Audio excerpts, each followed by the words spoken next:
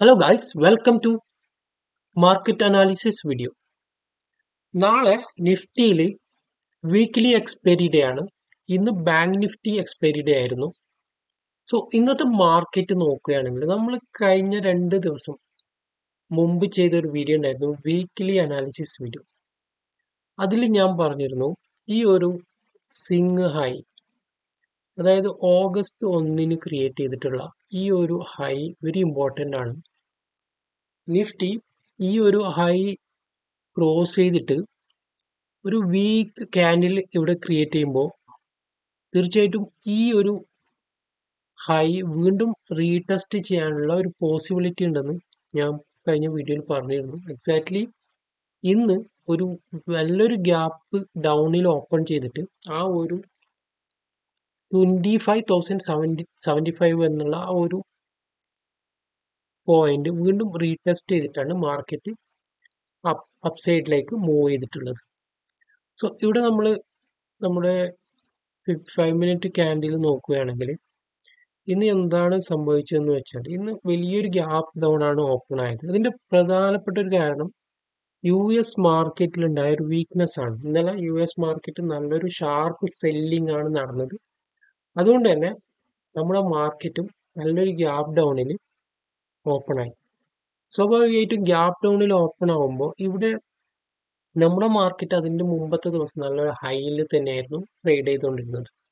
Side vice market ആയിരുന്നു, പക്ഷെ all time ഹൈൻ്റെ അടുത്ത് തന്നെയായിരുന്നു ട്രേഡ് ചെയ്യുന്നത്. അപ്പൊ അവിടുന്ന് പെട്ടെന്ന് ഒരു അൺഎക്സ്പെക്റ്റഡ് ആയിട്ട് ഒരു ഗ്യാപ്പ് ഡൗൺ നടക്കുമ്പോൾ സ്വാഭാവികമായിട്ട് അവിടെ ഒരു ഷോർട്ട് കവറിങ് നടക്കാനുള്ള പോസിബിലിറ്റി ഉണ്ട്. കാരണം ഇവിടുന്ന് പുട്ട് സെല്ല് ചെയ്ത ആളുകളൊക്കെ ഇങ്ങനെ ഒരു വലിയൊരു ഗ്യാപ്പ് ഡൗൺ ആകുമ്പോൾ അവർക്ക് നല്ലൊരു ലോസ് വരികയും അവരുടെ ലോസ് അവിടെ അവരുടെ എൻട്രി അവിടുന്ന് കട്ട് ചെയ്ത് ട്രേഡിൽ നിന്ന് മാറി നിൽക്കുകയും ചെയ്യും. അവിടുന്ന് മാറി നിൽക്കുമ്പോൾ വീണ്ടും ഒരു സെല്ലിംഗ് സൈഡാണ് മാർക്കറ്റ് മൂവ് ചെയ്യേണ്ടിയിരുന്നത്.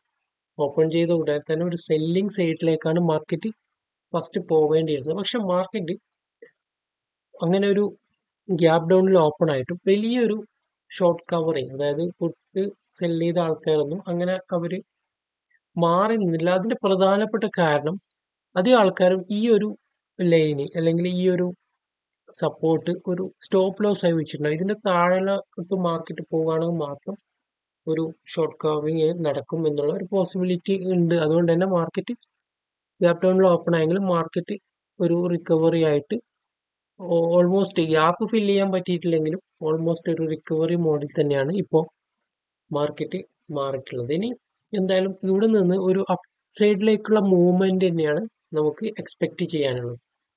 നമുക്ക് താഴത്തോട്ട് നോക്കുകയാണെങ്കിൽ സപ്പോർട്ട് ഈ 25,075 സപ്പോർട്ടായിട്ട് എടുക്കുകയും റെസിസ്റ്റന്റ് നമുക്ക് പ്രധാനമായിട്ട് മുമ്പോട്ടുള്ള റെസിസ്റ്റന്റ് നോക്കുമ്പോൾ ഫസ്റ്റ് ഇവിടെ ഈ ഒരു പോയിന്റ്, ഈ ഒരു പ്രീവിയസ് ഡേയുടെ ലോ പോയിന്റിൽ ഒരു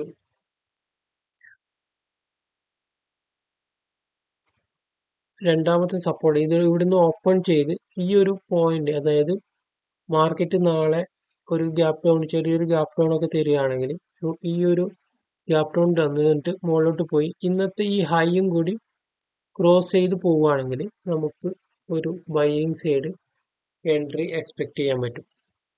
സോ അതാണ് നിഫ്റ്റിയിൽ പ്രധാനമായിട്ടും നോക്കാനുള്ളത്.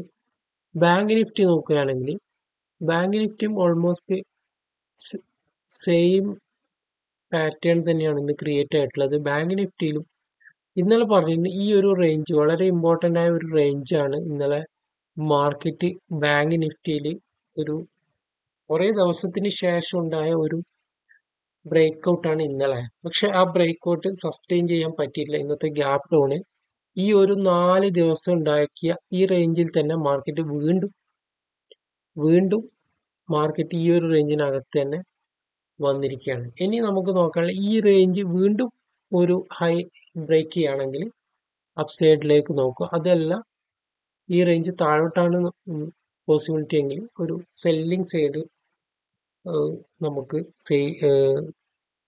ട്രേഡ് നോക്കാൻ പറ്റും. സോ ഇതൊക്കെയാണ് ഇന്നത്തെ മാർക്കറ്റിനെ കുറിച്ച് പറയാനുള്ളത്. തീർച്ചയായിട്ടും നാളെ നിഫ്റ്റിയിൽ എക്സ്പയറി ഡേ ആണ്. സോ കുറേ ദിവസമായിട്ട് മാർക്കറ്റ് സൈഡ് വൈസ് ആയിട്ടുള്ള ഒരു മാർക്കറ്റാണ്. എക്സ്പയറി ഡേയിലൊക്കെ സൈഡ് വൈസ് ആയിട്ടുള്ള ഒരു മാർക്കറ്റിൽ ഒരു ട്രേഡ് ചെയ്യുന്നവർക്ക് വളരെ അധികം ലോസ് ഉണ്ടാവാനുള്ള പോസിബിലിറ്റി ഉണ്ടാവും. നിങ്ങൾ മാർക്കറ്റിന്റെ മൂവ്മെന്റ് ഉണ്ടോ എന്ന് നോക്കിയിട്ട് മാത്രം ട്രേഡിന് ഇറങ്ങുന്നതായിരിക്കും ഏറ്റവും നല്ലത്. So thank you for watching this video.